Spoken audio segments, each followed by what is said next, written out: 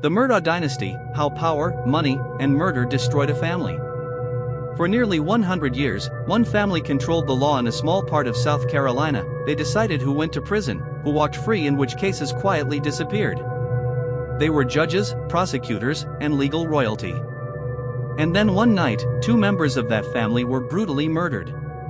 What investigators uncovered next exposed one of the darkest true crime sagas in modern American history. This is the rise and fall of the Murdaugh dynasty. The Murdaugh name was law in South Carolina's Lowcountry. The family's power began in 1910, when Randolph Murdaugh Sr. became the local prosecutor. For the next 3 generations, a Murdaugh held that same position. For 87 consecutive years, the Murdaughs controlled prosecutions in 5 counties. If you were arrested, if you were sued, if you needed a favor, a Murdaugh decided your fate. They didn't just practice law, they were the system. Alex Murdaugh was born into privilege. Educated, respected, and wealthy, Alex followed the family tradition and became a lawyer at the prestigious firm PMPED. He married Maggie Branstetter, and together they raised 2 sons. Buster, the oldest, and Paul, the youngest. To the outside world, they were perfect. But behind the scenes, cracks were forming. In February 2019, Paul Murdaugh was driving a boat while heavily intoxicated. The boat slammed into a bridge. Mallory Beach, a 19-year-old passenger, was thrown into the water and killed. Witnesses say Paul was abusive, arrogant, and reckless. But once again, the Murdaugh name stepped in. Delayed investigations. Conflicting police reports. No immediate arrest. The Beach family believed justice was being manipulated. And this time, the public was watching. In 2018, the Murdaugh family housekeeper, Gloria Satterfield, died after falling down steps at the Murdaugh home. No autopsy, no serious investigation. Alex later convinced Gloria's sons to file a lawsuit against himself. He secretly settled the case for millions of dollars and stole every cent.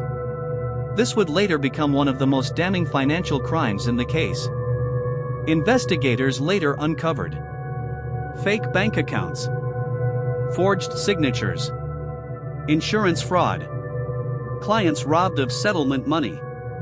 Alex Murdaugh had stolen over $8 million from vulnerable clients, including accident victims, widows, families of the dead.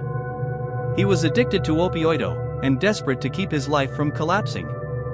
On June 7, 2021, Maggie and Paul Murdaugh were found murdered at the family's hunting estate, Moselle. Paul was shot with a shotgun. Maggie was hunted down and shot multiple times. Alex claimed he found their bodies. But his story kept changing. Cell phone data placed Alex at the crime scene minutes before the murders. A video recorded on Paul's phone captured Alex's voice, destroying his alibi. In September 2021, Alex staged a roadside shooting. He claims someone tried to kill him. In reality, it was a failed insurance scam meant to give his surviving son $10 million. That lie ended everything. Alex was arrested. The trial became a national obsession. Prosecutors exposed financial crimes, manipulated crime scenes, lies under oath.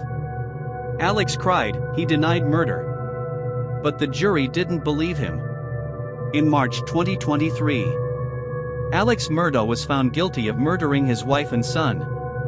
He was sentenced to life in prison without parole. The dynasty was over. This case isn't just about murder. It's about power unchecked, justice delayed, a system abused. Because it asks a terrifying question. How many crimes go unpunished until the powerful finally fall? If you believe no one is above the law and truth always finds a way out, subscribe now. And tell us in the comments, was Alex born a monster?